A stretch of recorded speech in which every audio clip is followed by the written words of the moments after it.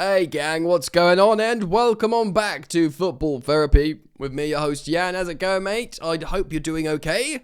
It was a good day of football yesterday, largely. Arsenal dropping points, which is funny. The Scousers dropping points at home against Burnley, which was terrific. Tottenham losing at home to relegation-threatened West Ham, which is really good gear, you must say. And of course, Chelsea getting the two big, beautiful points. Two big, beautiful goals. 3 points. Thank goodness. This is not vintage football where you got 2 points for a win. So 3 points against a team we've not often done well against in Brentford and started the game week above us. Of course, it was a very flawed performance. It was spirited, but performance-wise, it wasn't great, which is kind of important. We did get that result and a clean sheet when we're not necessarily playing well. Winners do that. We need to get that back in our game, and it was showing a bunch of spirit and high-octane energy in a time where apparently there's a lot of not only injuries, but there's flu going through the squad. Of course, Gittins and Delap was out, Steva's out with the flu. Liam Rosenior in his post-match press conference confirms that there's others that have got this, pretty much the thing I had that I've just recovered from. Loads of people have got it here in the UK, like a chest thing where it's hard to sort of breathe. And he said, a couple of players played with that, which he's really proud of. Of course, he's the first manager ever for his first 4 games in charge to be in 4 different competitions. It's a very peculiar and unique and probably quite difficult situation. But we got through, and we're going to move into today's content, which is we're speaking about Jeremy Cacqueret. Jeremy Cacre, the young Rennes defender. They want a record fee for him. We'll speak about him a little bit briefly. Chelsea spending a lot of money on the defender. And Cole Palmer, not the same. He's not the same, writes Simon Johnson of The Athletic. I'll be interested in dipping into that a little bit as well. There is other stories percolating in the background in terms of transfer news. Chelsea might not just sign this, expensive defender. Maybe we'll sign other people too. I'll of course keep you guys updated, which is a good opportunity for me to say keep it locked to Football Therapy. And as always, thanks for supporting me, for liking this video on the YouTube, for subscribing if you want to, hitting the bell if you choose to, and of course you might be watching the video on Spotify or listening on Apple Podcasts. On both those platforms, simply search Football Therapy Podcast, and I'll thank you for giving me a follow and a good 5-star rating, because we're all friends, aren't we? Yes, alright mate, let's fucking do this! Sunday. At CFCPYS, I'm using here on X.com, the horrible turgid sewage platform known as X. Chelsea mission. It's a mission, guys. I need like a little bit of music, like Mission Impossible. I mean, it hopefully isn't Mission Impossible, but Chelsea have had face-to-face meetings for Jeremy Cacre.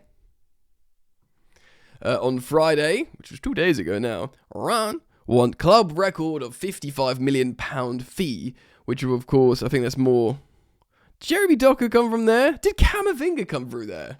Hold on. Yep, he did. Camavinga, Doku, they make loads of money, them man. It's a bit like, who else made loads of money? Benfica. They want £55 million, which would be a record fee. Chelsea do not want to spend that much at the moment. There's a lot of money. I suppose it's a mid-season premium thing, though, isn't it? But he's the one they want. Talks ongoing. So he's the boy. I, of course, did a video a couple of days ago speaking about the Como defender, as well as Senesi of Bournemouth, who I would really love in terms of looking at his numbers. Like, we did a statistical comparison, and Jeremy versus Senesi. Senesi blows all the other man out the water, and he's operating in the Premier League. So, like, on the face of it, and, for a layman basic person like me looking at FB ref, the metrics of Jeremy Cacre didn't jump out at me. But of course, they're all terribly excited about him because he's young. I must say, it's getting boring now. Look, I like signing young players. I like future-proofing ourselves. I like the low wage incentives with incentives in the contract. So you play well, you get in the Champions League, you make more money, rather than just throwing loads of cash at them. I like all that. But like almost certainly all of you watching or listening, I want a bit of experience in there, especially at the back. But saying that, I'm not going to judge this boy because I haven't really watched him yet. As this story develops, matures, ferments, if he does look like he's going to mosey on down to Stamford Bridge, I will perhaps do a deeper dive in the statistical stuff of the lad. But apparently he's the one. He's the one they want. He's the one. So we're having multiple missions? What is with my brain? I've been up since 5 a.m. I went to the gym and I feel like I've had the day's over. Do you know what I mean? And it's 11:08 a.m. at time of recording. My brain is melting. Alright, man. Yeah.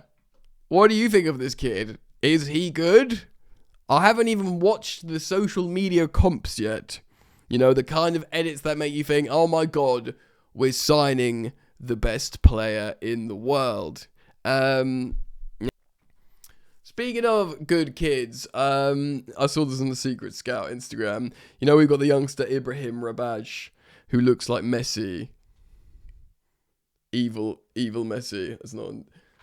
He's got a hat trick, and someone signed it Evil Messi. I love that. We might be losing Evil Saka this month. Tyreek George probably on the way out, but we'll retain Evil Messi. Looks like a really amazing young talent. Speaking of, Shim Maresca scoring a perfect hat trick, just absolutely continuing to do bits. Yeah, man. I think we've got some amazing young talent coming. Of course, we can't forget about Giovanni Kenda in the summer. Like, I'm really intrigued to see if we utilize and play Mike Penders next summer.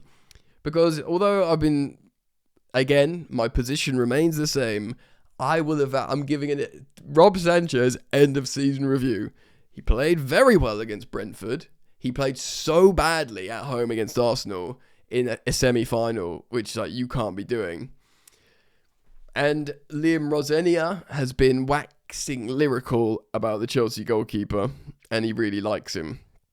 He's in his late 20s, Rob Sanchez. He's in his goalkeeping prime age-wise, in terms of his age profile. So you'd reckon that he might just be Chelsea's goalkeeper for a while. It does concern me. It doesn't feel like... I mean, if he plays well, I can't criticise him. I don't know, man. I just want to feel like my team is really good. I want continuity, and maybe not chucking a new goalkeeper in. I don't know.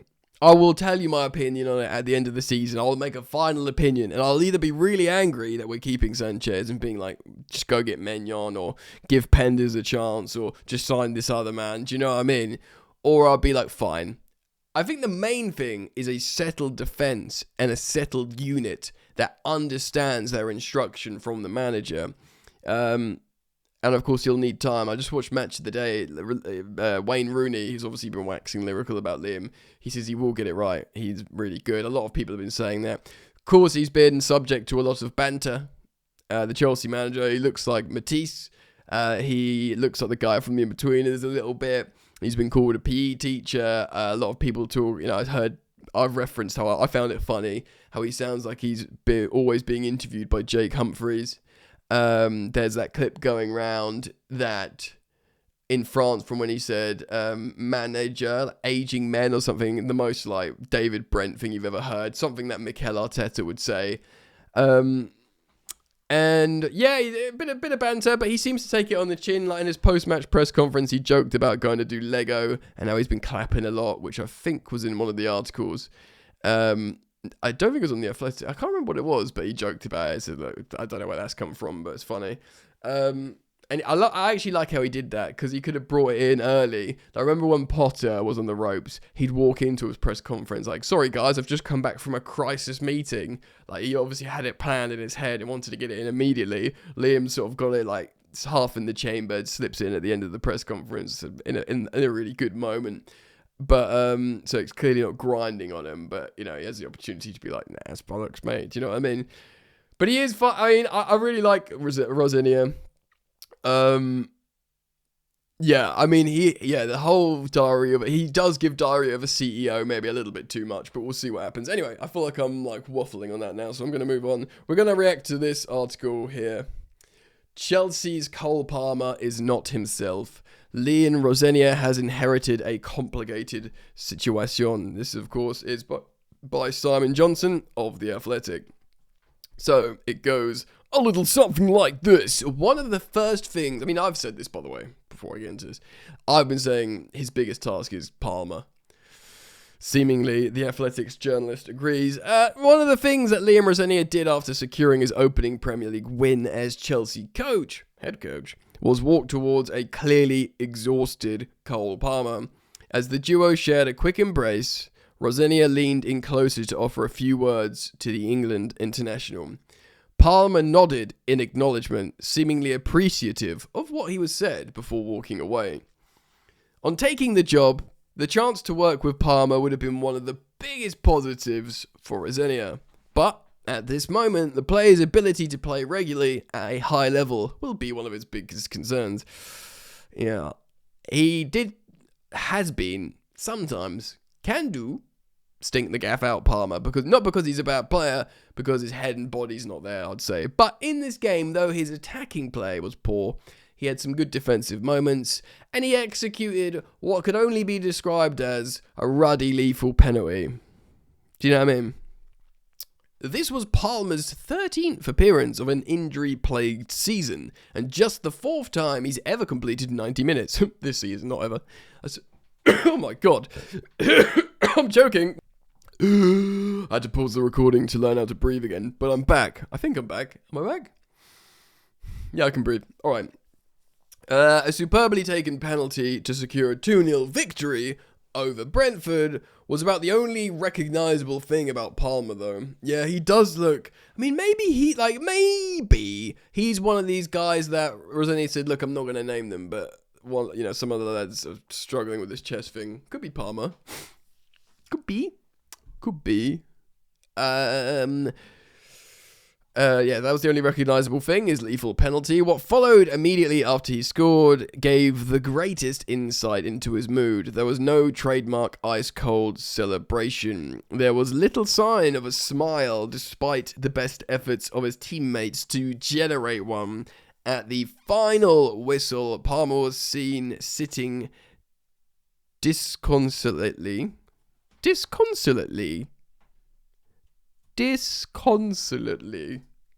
I know disconcertedly. What's Okay, let's do this together, guys. Okay? Disconsolately. Adverb means something in a way that shows extreme sadness, disappointment, or dejection, being beyond discomfort, like wandering forlornly, or sitting drearily. He was sitting...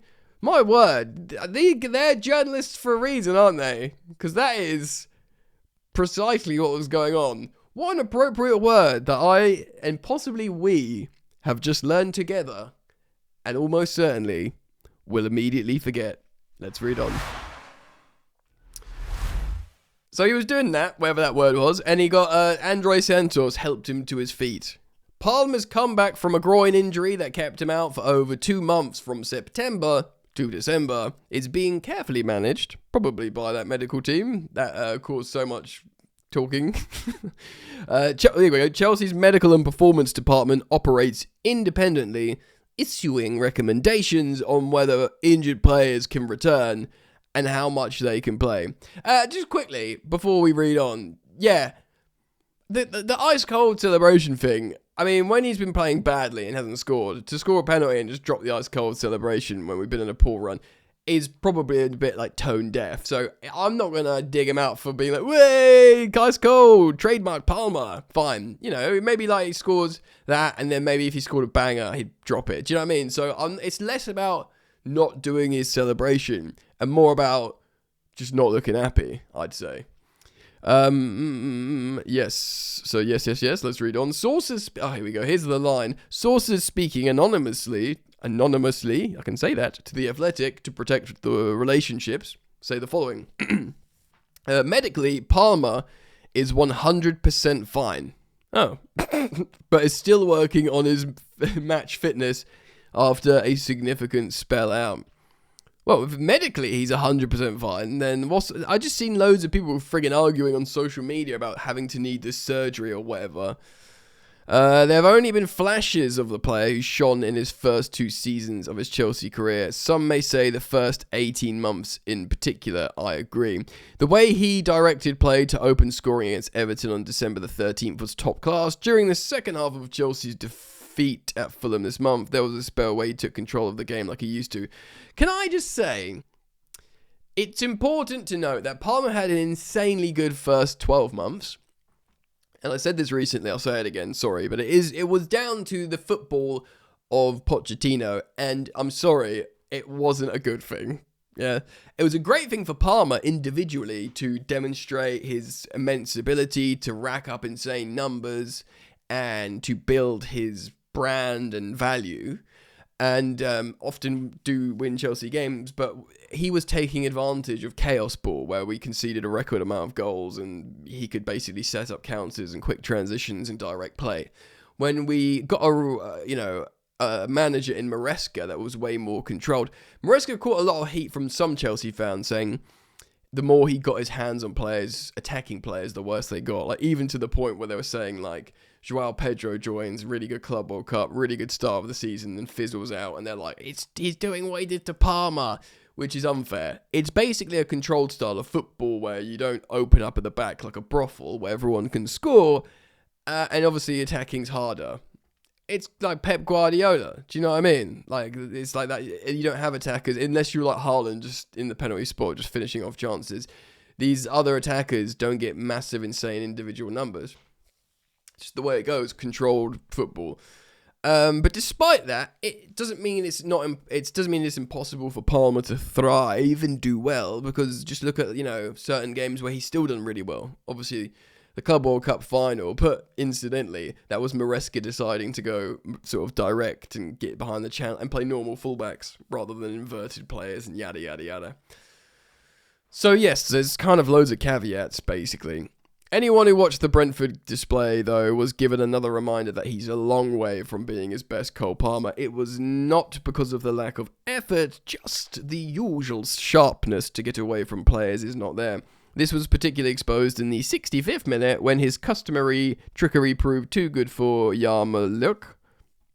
Instead of sprinting down the sideline with the midfielder in his wake, Yarmouk comfortably recovered and was unfortunate to be penalised for fouling Palmer. Yeah, I remember that move. It's hardly surprising Palmer looked off the pace given Rosenier's revelation afterwards. The attacker who set out the Carabao Cup semi-final defeat to Arsenal had not even been able to join the team's preparation for this fixture. That provoked praise from the Chelsea's new head coach, smart from the manager there, for what Palmer was able to produce rather than admonishment for what he did not. The gaffer said the following: if you watch the last 15 minutes of the game and you watch the energy he puts into the press, his running for the team, I thought he was outstanding. It's impossible for any player or any team to be magnificent with the ball every game, but you can still find a way to win. Yathar. The other thing I could say about Cole, and Reece James as well, they have not trained. I couldn't play them against Arsenal, and I'm so proud of them, because they put themselves up, they ran themselves into the ground, they had no training time with the knocks they've picked up, which shows me a fantastic attitude, and the more games and the more training sessions they now get, the better they will perform. I really hope so, mate. I'm not too worried about Reece James, because I think Reece James wears his ability, his profile, in a way that he won't have such radical dips of form. I do worry about Palmer.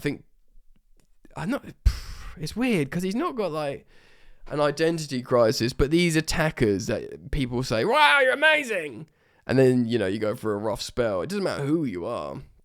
It suddenly becomes really tough. Like, you could be like a Vinicius Jr., or someone like that. Do you know what I mean? Like, has a good run and then just doesn't do anything for a while and goes into themselves. I don't know. But herein lies the question, gang, writes Simon Johnson. Last week, Rosenior spoke about meeting with Palmer and the medical department. He was talking about the intensity of Chelsea's schedule, referring to 8 games in just 3 weeks, and how it, quote, would be crazy for me to risk any player this phase of the season. Clearly referring to Cole Palmer. Chelsea's fixture list is not going to improve soon, of course, starting with Paphos in the Champions League. That's on Wednesday. They have 8 more games between then and Hull in the FA Cup. Of course, Delap and Rosenior once of Hull.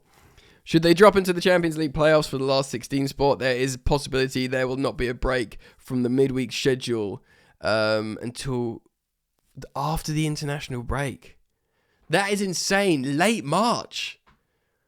2 games a week until late March. After this is crazy season. After a summer where you had no pre-season in the Club World Cup. That is mental, innit? That is insane. I mean, to be fair, I kind of understand why they brought in like a special medical team, because this is like unprecedented madness. Palmer could do with a run of appearances to get fully back up to speed. Chelsea and Rosenior would obviously prefer him to be on the pitch as much as possible too, because he's their best player. He is, I agree. But that's feasible. But is that feasible with a match every 3 or 4 days? Asks the writer. Also speaks about Thomas Tuchel in England. I wonder, yeah. Is he going to get called up for England? I mean, Chelsea... As much as these owners, they love Brand Palmer, and they're very proud of Brand Palmer, and they put him up for everything. And, the Club World Cup, he was the face of, him and Dembele were the face of the final in New York and all this stuff. So they'll love Brand Palmer. But I wonder if part of them, or certainly the medical department, would be like, oh, he's not going, oh no, he's not going to the World Cup, oh no. When really they're thinking, right, we can just fix up and get ready and condition our own way so he's prepared for the next campaign. I don't know.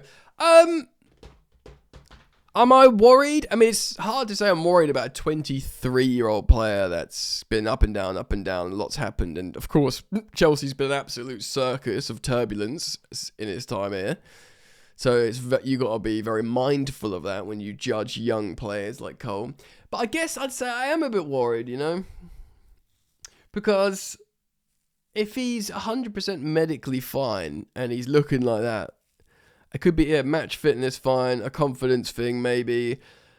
I mean, people will always argue, oh, he's a number 10, oh, he needs to be on the right wing. I don't think he needs to be on the wing. I think you waste Palmer on the wing. And also, if you look at what an actual winger, chalk on your boots, tricky 1v1 winger is, and how that can help you beating your man, or transitionally running in behind like a Garnacho, whatever.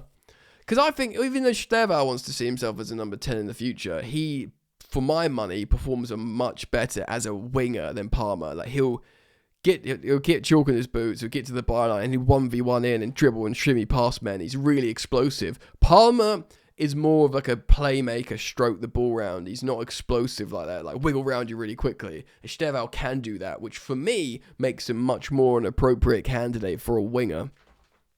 So I want to see him on the inside. But what kind of football are you playing? The good thing is, guys, I will end on this. One of the differences between Liam Rosenior and Enzo Maresca, I think Rosenior will be way more tactically flexible and will make way more changes. God, that's a tongue twister, as you see all the notes and formation changes. But one thing Rosenior will do more than Maresca is he'll bait, press, and do transitions. And that will be slightly closer to Pochettino's football, up and down, where Palmer can just get in the space, get in the half turn, play people in, and score goals, play better. He needs to just feel himself again. We need to get into this new year a bit deeper. The sun needs to come out at Stamford Bridge. Has to be in a good mood, and he'll get his confidence back, and he'll cook, and hopefully everything is going to be okay. Let me know your thoughts, though. As always, thanks, mate. I do appreciate you hanging out with me here. Thank you if you want to support me for liking and subscribing on the YouTube. You can hype it up as well. People, I think there's still hype points down here somewhere. And yeah, now you've finished the real ones that got to the end, hop over to Spotify and search Football Therapy Podcast. Give me a follow and a 5-star review, mate. That'd be very nice of you, my friend. All right then. Take care of yourselves. Peace.